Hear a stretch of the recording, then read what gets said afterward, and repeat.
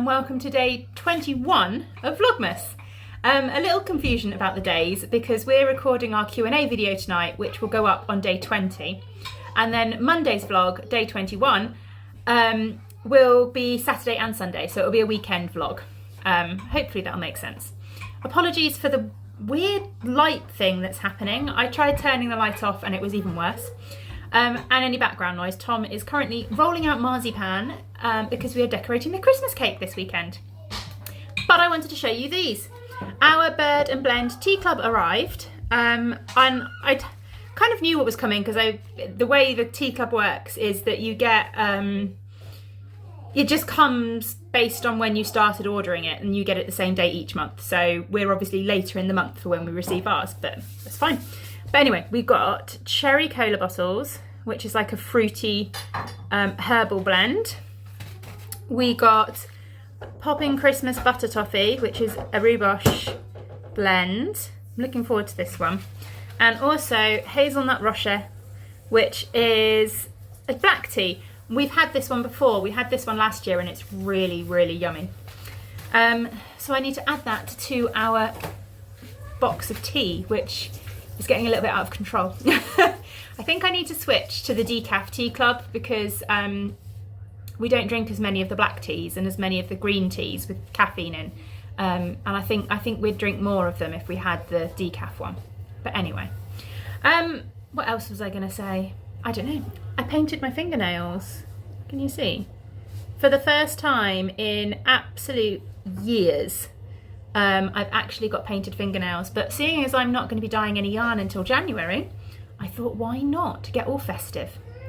Right, I am going to hand over to Tom and decorating the Christmas cake, I think.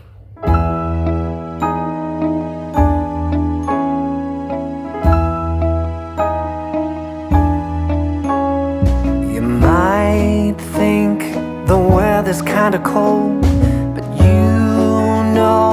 you've got a hand to hold. Come along out and play. What a wonderful day. Your white cheeks are so hard to resist. Those red lips are longing for a kiss. Come along out and play. What a wonderful day. Christmas is almost here. Let's toast to a very good year. It's just you and me, chilling right under the tree. Stay outdoors, a different kind of date. I'm all yours and I can hardly wait. Come along, start the show, having fun in the snow. Your white smile is brightening up my day. Your blonde hair out of a fairy tale. Come along, start the show, having fun in the snow. Hello Giddy knitters. You may have noticed me decorating a cake. Well, icing a cake anyway. And this is actually the first year that I have decorated made a Christmas cake, an iced Christmas cake. So I had to buy Christmas cake decorations. So I spent a long time looking around and finding some nice little bits. And I thought I'd show you the cake decorations before we put them on the cake. So this is what I got. So I just got some nice kind of retro styled ribbon to go around the outside, which I think will look quite nice on there. Of course you need quite a nice plastic tacky Merry Christmas sign. But then the main things that I got were these lovely little handmade ceramic trees. So there's one. I just found these just on Etsy. Two. And then 3. So I found those and fell in love with them, so they're going to go on top of the tree. And I thought we need something to go in the Christmas forest, in the winter forest. I spent a long time hunting around, and eventually, because the scale had to be right, of course, eventually managed to find this little chap. You may know who that is. There he goes, and he's going to go in the forest. Just the right scale for the trees. And so we put those on the tree, on the Christmas cake now, I think. Very carefully. Oh no! Bad start. Let me just get some snow on his hat, that's alright. Very carefully. Push him in to the snow. It's snowing! Nice. Just cut off his head. Okay, so where's that going? Okay. Nice, yeah. Oh, that's deep snow, isn't it? Okay, yeah. Here. Yeah. Snow. Okay, and where's the last tree going to go? Over the back here? Yeah. Oh, my one good peek. There we go, that's fine. Okay, then the Merry Christmas at the front? Yes. Yeah. Yeah. Nice.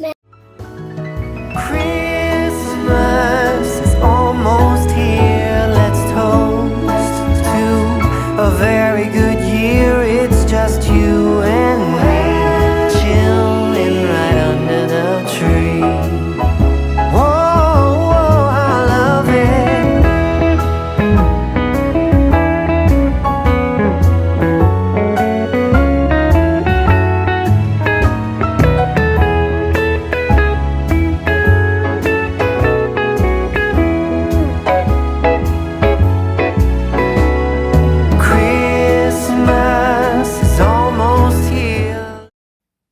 Hello, it is Sunday. It's been quite a quiet morning. We've just been getting various little bits and pieces and little jobs done. But somebody asked me if I would be willing to share the equipment I use for winding yarn, so my Swift and ball winder. So I thought I would do that quickly. So this is the Swift that I have. Ta-da! It is a Knit Picks wooden Swift. I don't know why that's deciding not to focus. There we go. It's a Knit Picks wooden Swift. And it's just one of those ones that you pop it up and then it's got a little pin which you can tighten to keep it in place. And then it obviously spins. I'm really enjoying this one. It wasn't cheap. I'd gone through a good couple of cheap ones, the sort of plastic and metal versions. But I use it a lot, especially when I'm doing stripes, because all of the yarn is caked before I warp it. So I was using a Swift a lot, and I'm very glad that I invested in this one because it is very, very good. And then this is my ball winder. This is a relatively new purchase. I had a Knit Pro one before, but I just had the purple and white plastic version, which, to be fair, I had for 3 years and it lasted me really, really well. And then kind of after 3 years of heavy use, because obviously I use it for work as well, not just as a hobby knitter. I use it for caking yarn for work and things like that too.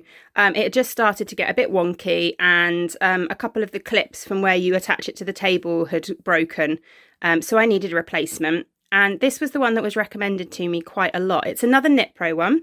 It's obviously their wooden one, and it's got a slightly different setup because you wind it here, but then you've still got the guide thread that comes from the Swift here, and this bit, I don't know, your band comes on and off as well, and they do recommend that you take the band off when you're storing it, which is really easy to do because you just pop it off like that. And it's really good.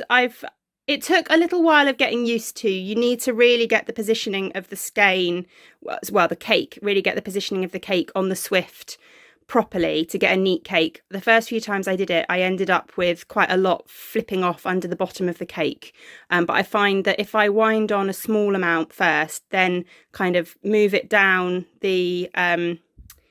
this bit here, it works a lot better. and you get a much neater cake. It's not as fast as my other one, I think, because just because of the way it works with this that you turn, it seems, I think you just get less rotations of this for more rotations of this bit. But it is quite nice and easy to turn, which is quite nice. So yeah, that's what I've got. The same person also asked me about what I use in the way of hooks and knitting needles and things like that. So I thought, why not share? Crochet hook wise, all of my crochet hooks currently live in this old golden syrup tin up on my shelf. Got this cute little glass monster on there as well. I've got quite a mix of crochet hooks. This isn't all of them because a lot of them are in with projects at the moment, but there's at least one of each type that I use. That is an absolutely massive one that I've only used once.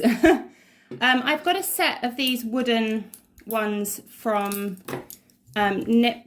Are these, which ones are these? These are the, is it Knit Pro Symphonies? The pretty wood ones. I think they might be called Harmonies in America, but over here they're Symphonies. I don't use these a lot. I'm not the biggest fan of wood for crochet hooks or knitting needles, actually. I much prefer metal, but they're very pretty. And these are the ones that I use the most. So I've got a couple of these clover hooks. At least I think this one's a clover hook. Does it tell me on it? No, it doesn't. And these are just kind of the more ergonomic handled ones. This is a 4mm one. Just with the metal tips. And then these are my absolute favourite. These are, both of these are 3mm ones. I've got a couple more of these which are in with projects at the moment.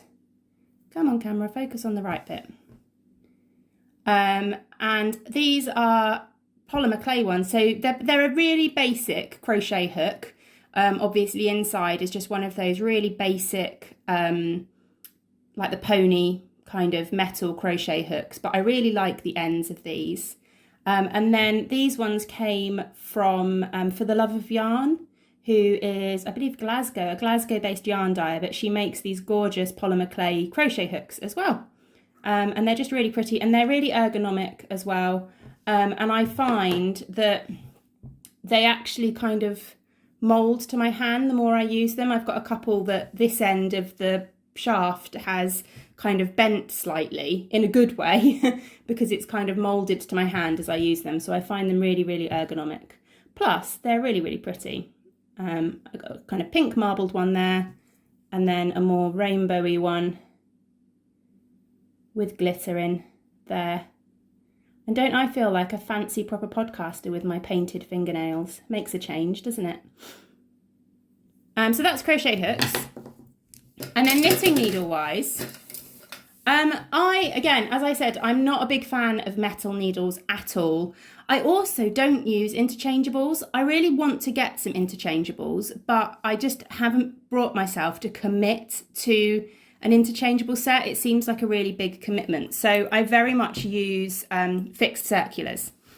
I've got this case here, which I could do with a replacement at some point, but it is quite a good case. It came from Quince Pie on Etsy. It's got a little needle gauge in there, and then it's just got little pockets that you can pop them in.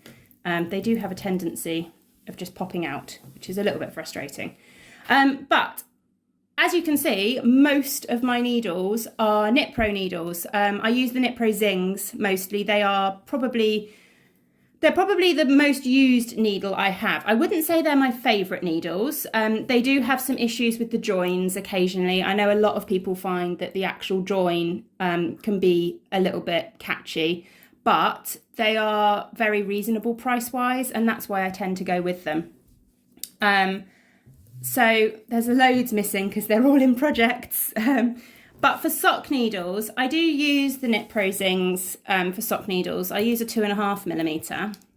I'm a very tight knitter, so 2.5 gets me the right gauge that I need. Where's it gone? There we go. I use a 2.5mm. But I do prefer for sock knitting, I do tend to use, where I can, the higher sharps, which are these ones here. I do like the sharper needle. As I said, I'm a really tight knitter, so actually having a sharper point is quite good for me. And I find the joins on the higher sharps are really, really, really good. But that's kind of all I've used, really. I've not used many brands of needles. I tend to stick with those. I've got a couple of, what are these? I've got a couple of Addy small circulars for sleeves and stuff like that. But that's about the extent of my needle collection. So if anybody has any recommendations for a really good kind of interchangeable set, then that would be good, because that's definitely something I want to invest in. But for the moment, I've mostly just used fixed circulars.